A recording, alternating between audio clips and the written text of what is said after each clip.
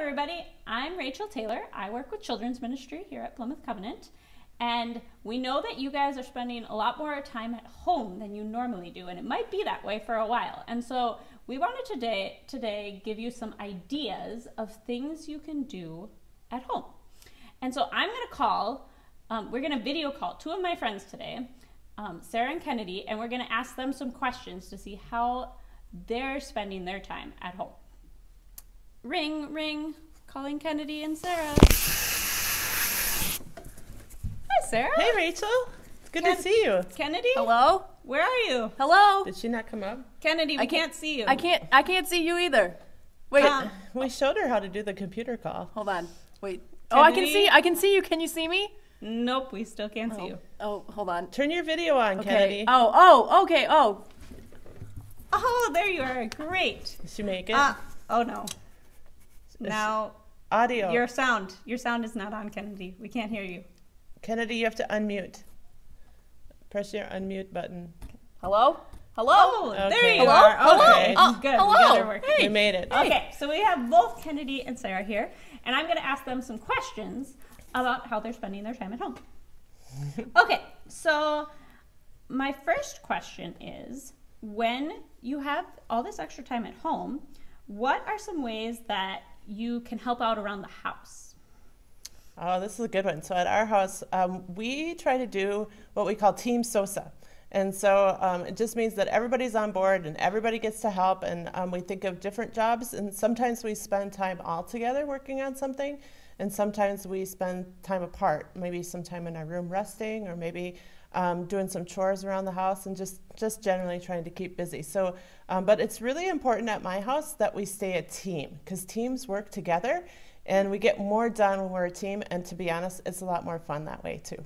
Yeah, that's awesome. I like that. I like teamwork too. Sometimes when I am at home and some people in my house we're doing our own thing, I like to find one little thing to do every day to make sure that I don't that it doesn't get messy, and that I can just do one little thing every day, so the work is easier.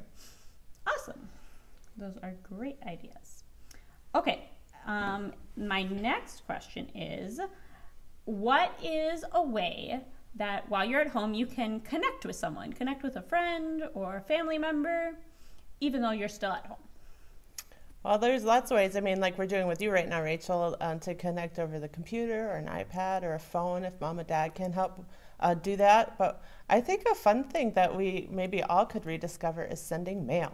So putting a postcard or a letter or a picture that you color and send it to a friend, because it's so much fun to go to the mailbox and get something that's got your name on it, not just mom and dad's name on it.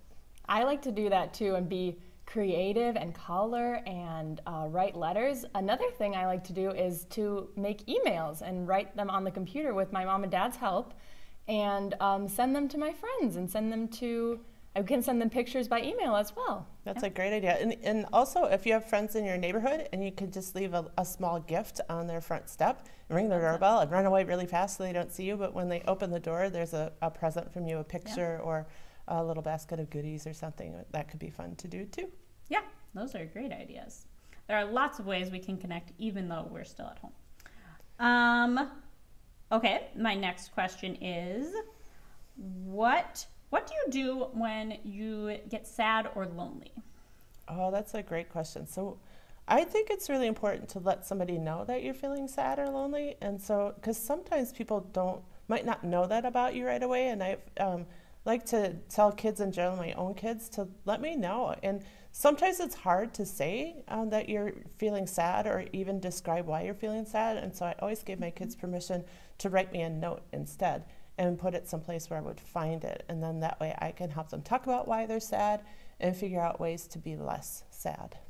Yeah, I like those ideas. I think that even after I talk to someone or maybe write them a note about why I'm sad, sometimes I still feel like I need to go by myself for a little while. So sometimes I'll go into my bed and I'll rest or read or take a nap and help myself to calm down before I can feel happy again.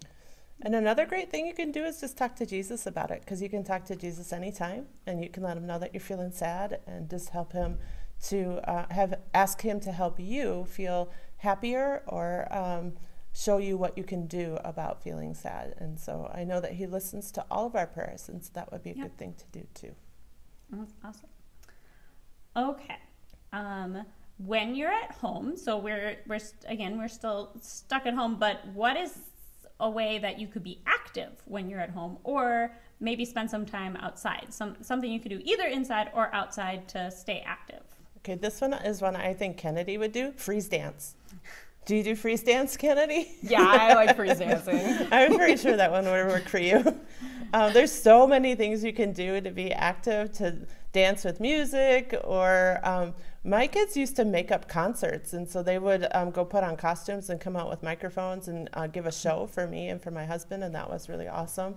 Another fun thing we used to do is get out all of our sheets and blankets and make a great big tent city in the living room. Like, it was like huge, and they had so much fun doing that.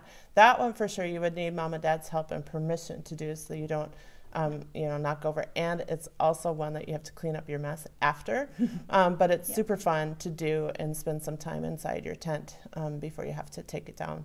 So there's some ideas. I like building tents too.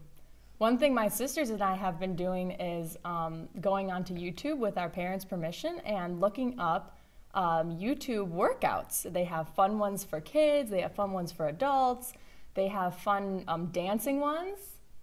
Freeze dancing ones. Lots of fun workouts to do, and you can just follow along, and you can do it at your own speed or your own style, and it just helps you right in your own living room. You don't need a lot of space or equipment or anything. You just get your body moving, and it's really fun. Yeah, that's awesome.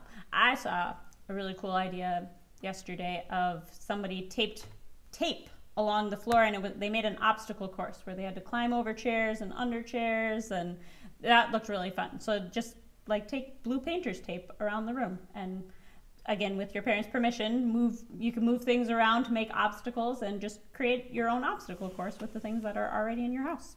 Super fun. Okay, last one. So with things just being different lately, how have you seen God at work? That's a good one. Well, my family and I actually just went for a nature walk yesterday. The sun came out in the afternoon, and we thought that would be a good idea just to get out. And my boys, my husband and my son, they love doing photography, so they brought their cameras. And because they had their cameras, it really made us slow down and notice the details of just God's beauty around us. And even though things aren't green and lovely like they are in the summertime, there still were some really neat pictures of dried leaves and the prairie grass and trees and things like that. And they had a great time, and it helped me appreciate God a little bit more just seeing it through the lens of their camera. So just getting outside, even if you can only go in your backyard, and look for little things or small things or things that are unusual, or pick out patterns that you see. You could even bring out a piece of paper and some pencils or crayons and try to draw or trace leaf rubbings, all that kind of thing will help you appreciate God's creation around you, and that's really fun. Yeah. That does sound fun. I've been loving to get outside like that as well. Another way I've been seeing God working is when I'm talking to my family or talking to some friends on the phone or through FaceTime.